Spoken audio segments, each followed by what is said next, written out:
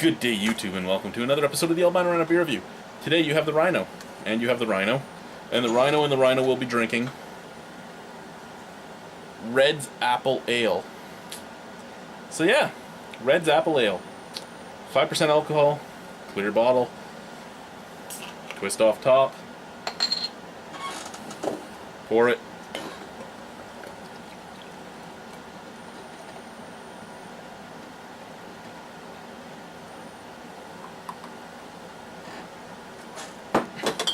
That's super carbonated, but there was no head.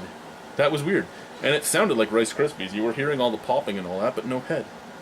You can still hear a lot of popping, but no head. A lot of popping, but no head.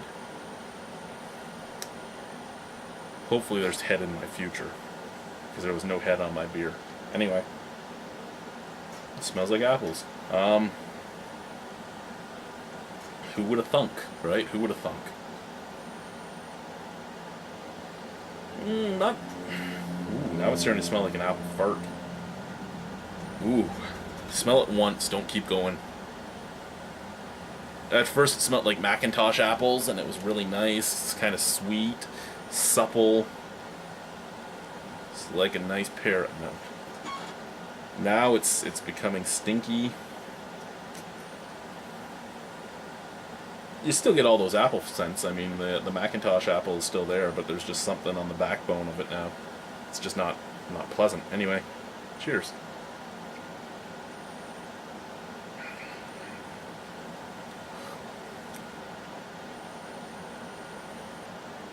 Okay.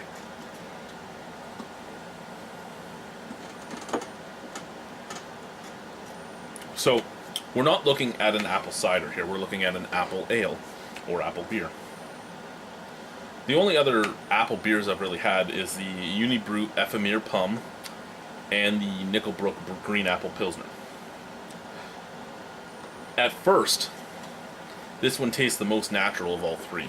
You get that beautiful Macintosh sweetness in your mouth, and as you drink it, you get a little bit of ale yeast, which is a nice thing to add to an apple ale, since, you know, nice stock ale yeast and all that will give a nice apple ester to it. But the very end of this beer, what's left in my mouth right now is this weird chalkiness and this weird off-sweet flavor that reminds me of stevia. And if they use stevia leaves in this thing, it's fucking bullshit. That's all I have to say to that.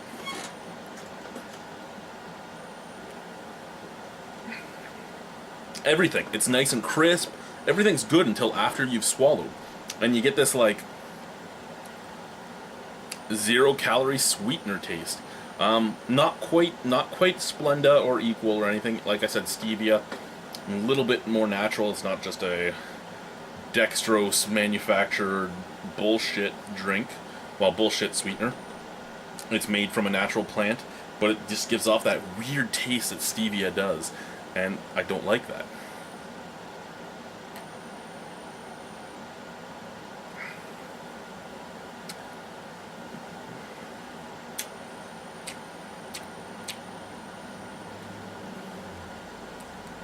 Almost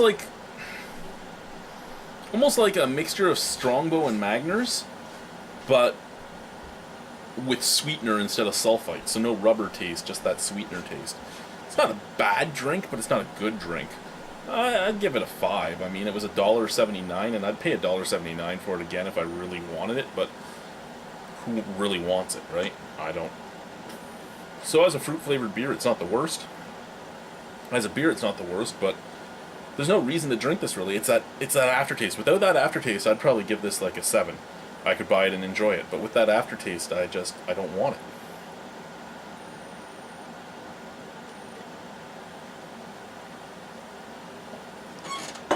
Oh. Bye.